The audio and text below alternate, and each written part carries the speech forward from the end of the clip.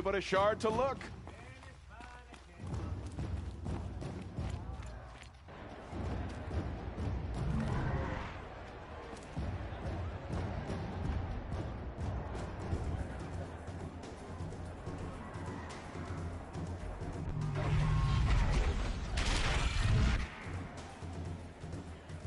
The Sun Ring.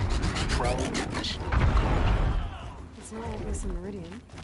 At least, from the moon. Give them time. I'm sure that now we get to see if your attack on their focus network was entirely successful. What are you talking about? Did I crash the network or not? In theory, all should be well. Success. Welcome to the Citadel, Aloy. I'll check back with you in a moment. In the meantime, circulate.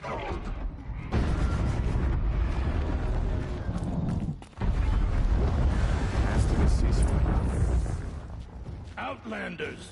If you want to hear about today's bounties, head for the throne room. You're not going to make any shards by standing out here. Filthy mercenary bottom feeders. I'll take the shards, even if it means having to listen to Bahavas. I hear the Shadow Council are looking for one of their own. Should pay well. Man, that dude was rude. Another savage. At least it's not as bad as Meridian.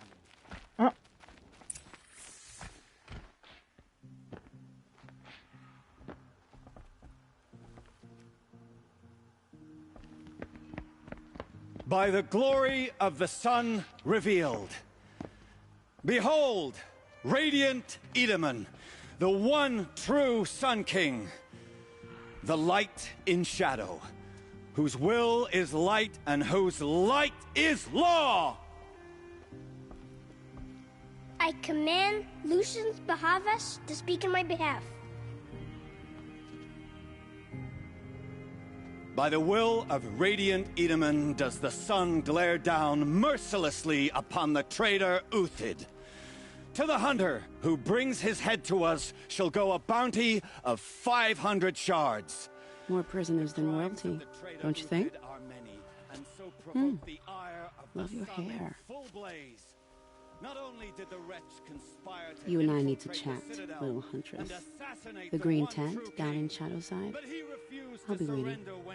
Kind of busy. And in doing so, demonstrated wanton disregard for the safety We both know of you're the no killer for king's hire. subjects.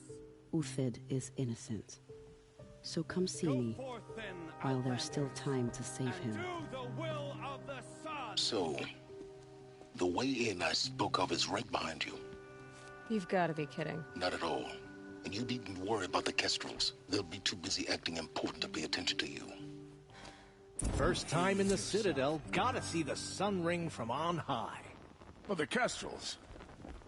Ah, they want us to see this, boy. It makes quite an This is impression. insane. Hardly. They're going to see me. You underestimate the ease of hiding in plain sight.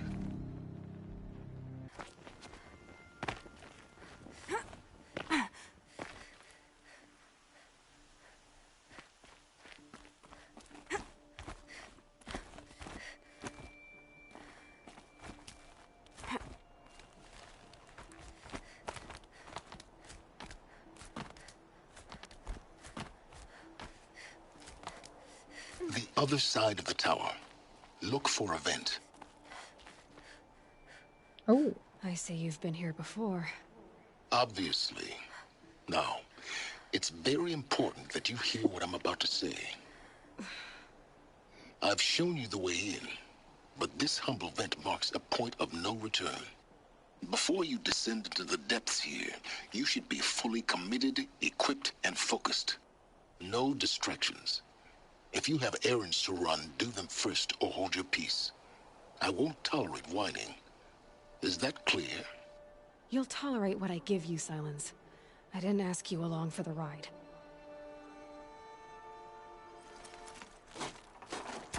Oh, Silence. I'm heading down. I've spent a lifetime trying to uncover the secrets of this world.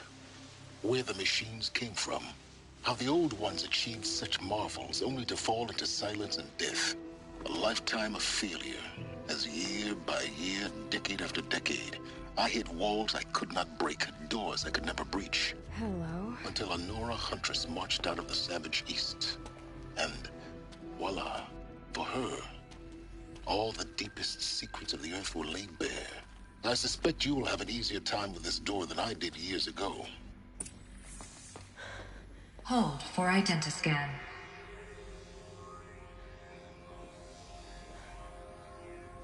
Genetic profile confirmed. Entry authorized. Malfunction. Malfunction. Malfunction. Malfunction. Are you kidding me? You don't hear me laughing. Shut up. There's gotta be another way. Hey! Elizabeth Sobek here! Requesting access! Access request acknowledged. Root command functions available. Do you wish to proceed? I do! Get me through this door! Analyzing. Primary access inoperable due to mechanical failure. Emergency venting procedure likely to circumvent blockage. Do you wish to proceed? Yes. Emergency venting authorized.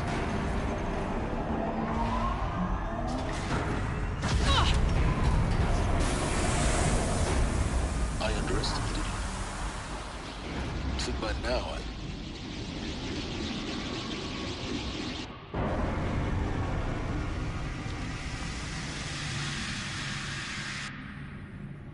Guess you can't have everything. that will draw attention. We won't have this place to ourselves for long now. We? Last I checked, I was the one risking my life down here. Yes, fine. Now will you please get moving? There's so much to learn in less time than I'd hoped. Welcome to Project Zero Dawn. Zero Dawn. We found it. Are you really so surprised? Facility diagnostics detect multiple failures. Attempting repair. So, what was this room? An entrance hall, perhaps. Have a look around. Please take a seat and wait for your name to be called. A selection of beverages and snacks are available. What was this place? A holographic theater. CD01 data intact. Initiating playback. Welcome to Project Zero Dawn. I am General Harris, Chairman of the Joint Chiefs of Staff of the United States of America. I'm sure you've heard the rumors that Zero Dawn is a top-secret super-weapons program, the technological miracle that will save us from the Pharaoh Plague, if Operation Enduring Victory can hold off the robots long enough. The reason I'm sure you've heard the rumors is that I'm the one who spread them, and they are all lies. Zero Dawn is not a super-weapons program, and it will not save us. Nothing will save us. And here's why. By the time the glitch was noticed, it was already too late. Nothing could stop the Pharaoh Plague. Nothing can. Its robots will continue to replicate and devour the biosphere. Life on Earth will be destroyed. Our planet reduced to a barren sphere. Global extinction is inevitable. No matter how many we kill, the robots just keep exponentially making more. If we had their deactivation codes, we could shut them all down. The entire swarm. But since their cryptographic protocols use polyphasic entangled waveforms, cracking a code set would take half a century. At best, we've got 16 months. Not exactly what you'd call a survival option. The destruction of a biosphere is not the sort of apocalypse you can wait out in a fallout shelter or a space station. There will be no Earth left to reclaim. Just a lifeless, toxic rock with several million Pharaoh robots on it, hibernating. Waiting for something to eat. This is the horrible truth behind the lies of Operation Enduring Victory. My lies. Lies designed to inspire millions of innocents to sacrifice themselves in battle. Why? One reason. To buy time for you and the work you will do here. Zero Day. The day that life on Earth ceases to exist is coming fast. It cannot be stopped. The hope of Zero Dawn is that something new might come after. But I will leave it to Elizabeth Sobek to shine that thin ray of light into the darkness. Harris, out.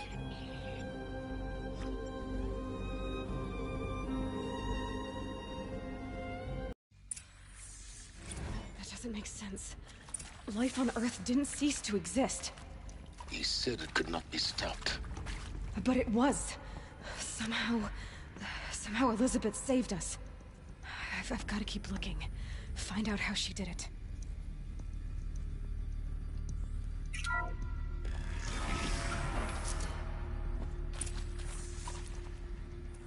Kestrels. They got in. Through the vents. Let nothing stop you from learning the truth. Spread out! If it moves, kill it! What is this place? Tomb? Wow. There is some mistake. I don't understand why I was brought here. Why would you show me these things? I know that there's already a lot to take in. In the waiting area, I was seated with a Nobel laureate in biophysics and a monk, I think. He spoke neither English nor Mandarin. It is very strange. And General Harris? What was he talking about? The robot swarm, the Pharaoh plague? I understand it is terrible, but it really cannot be stopped? Why tell us this? Okay, no more sneaking.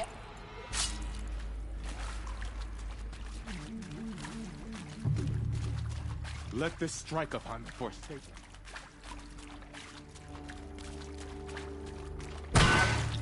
Yeah.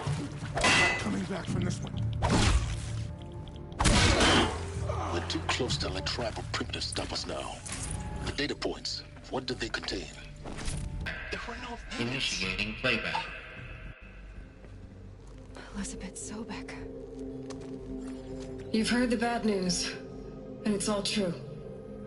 The Pharaoh plague is devouring the biosphere. Life itself will cease to exist. But does that have to be the end? What if we could give life a future? What if we could build a kind of seed from which, on a dead planet, life could blossom anew? This is the aim, the hope, of Project Zero Dawn. To create a super-intelligent, fully automated terraforming system and bring life back from lifelessness. What would such a system require? At its core, it would need a true AI, fully capable of making the trillions of decisions necessary to reconstitute the biosphere. An immortal guardian, devoted to the reflourishing of life. We call it Gaia. Mother Nature as an AI. But that's just the core of the system. She will need to be surrounded and empowered by a comprehensive suite of subordinate functions. Think of them as extensions of Gaia's mind, each dedicated to a specific purpose. Now, these aren't AIs, but make no mistake, each presents an engineering challenge more profound than anything the human species has ever before attempted. Hardware that preserves and then gestates the billions of seeds and embryos from which life will be reborn. The construction of underground facilities to hold it all. And that's just the start. We don't have to build the entire system. The beauty of a fully automated terraforming system is that it can build itself. Now, over the days to come, you'll learn how all these functions, all these pieces that you'll be working on, fit together. How we'll race the clock to execute our harvest initiatives, write the software, build the tech and the facilities. How we'll lock it down and seal it up before the inevitable occurs. But even more important, you'll know how it doesn't end here. How Gaia will generate those deactivation codes General Harris talked about, and build the transmission arrays to broadcast them, shutting down the Pharaoh robots for good.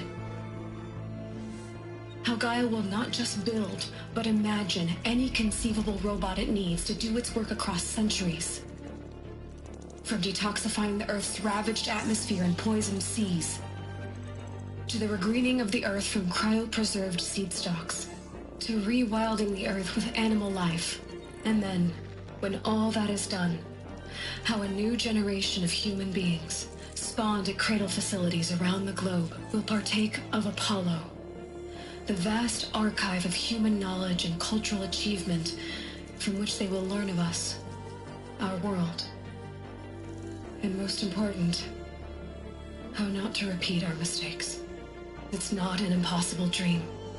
It is within our grasp if we work tirelessly and stop at nothing to achieve it. We can't stop life from ending. But if you will help me, help Gaia, we can give it a future. Join me and help make that future real.